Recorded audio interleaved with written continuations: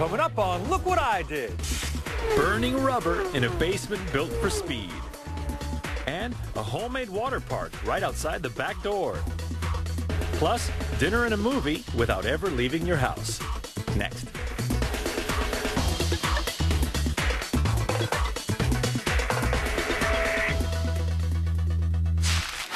This next basement has a hand-built racetrack. I'm not kidding. But the coolest part, it disappears into the ceiling when you're done putting the pedal to the metal. Hi, I'm Joe Kelly. I live in Holbrook, New York. Question for you.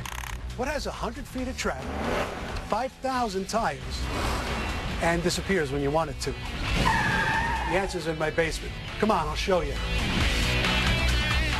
Welcome to my entertainment room and racetrack.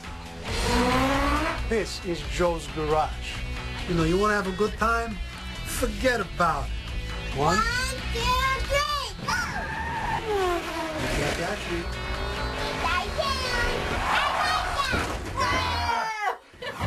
Joe is the most obsessive person I've ever met. Cars are everything. He loves race cars, muscle cars, every kind of car you can imagine. That's Joe Kelly's thing. He's obsessed with cars. I made a deal with my wife when we moved here. Give me one room to do what I want to do. I built this room originally as a home theater, and it evolved from that into a display space for the die-cast cars. And then after that, I was introduced to slot cars, and that's when the real trouble started. I didn't have the floor space to have a permanent layout in the traditional sense, so my only alternative was to try to get creative. This was my answer. I looked up and I found divine inspiration. This part of the ceiling is actually the bottom of the slot car track. The platform that the track rests on is made from core doors. I chose them because they're lightweight, very strong, and very easy to work with. At 14 feet by 7 feet, lightweight was important. The core doors went together 2 at a time using dowels, a doweling jig, and some construction adhesive. The trick was to line up the dowels and get the doors end to end with a good adhesive. It was a pretty simple construction.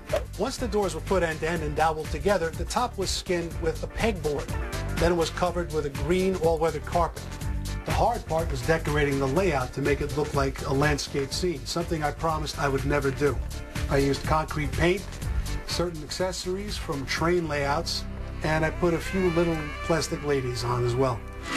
Because the track was so big, I had to figure out what to do with the furniture that was in the room when it was in the down position. So we modified these 2 chairs that I got for $40 at a garage sale. The backs are removable.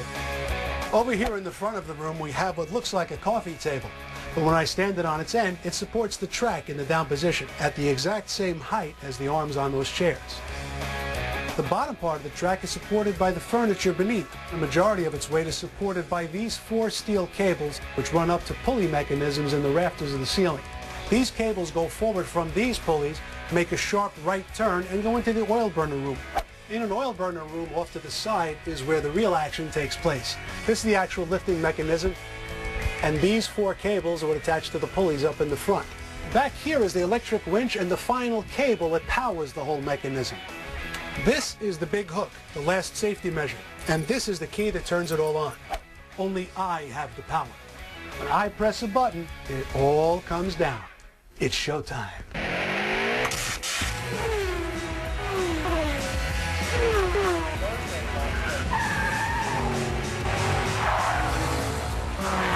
And in front of me is about 100 running feet of track. This track showed up like this, black plastic with a stripe down the middle. I wanted something a little more authentic. So I painted the track sections with a concrete look paint. I always make sure to cover the rails with some type of tape. They're going to have to conduct electricity. You want them as clean as possible.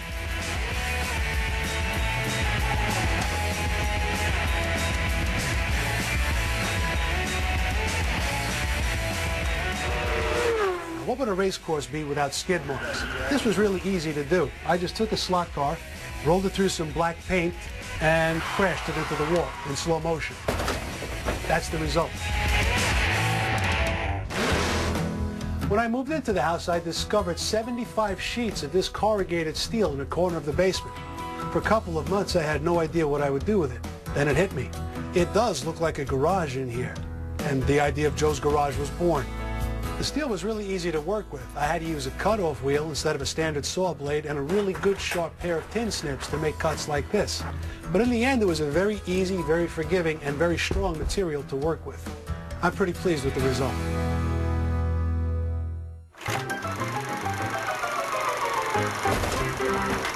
I always know that Joe is downstairs in the basement. Always, always, always. It took about a month and a half of spare time moments and a whole lot of sketching and a lot of chin stroking trying to figure out what the next step would be. All told with materials, we probably spent around $1,000 to make this happen. A lot of the stuff that you see in the room and a lot of the track pieces that are supported underneath were things I bought at garage sales and that were just free. They were literally at the curb and I picked them up, brought them home, and made them work. Joe is amazing. I am so proud of him that he was able to put this together.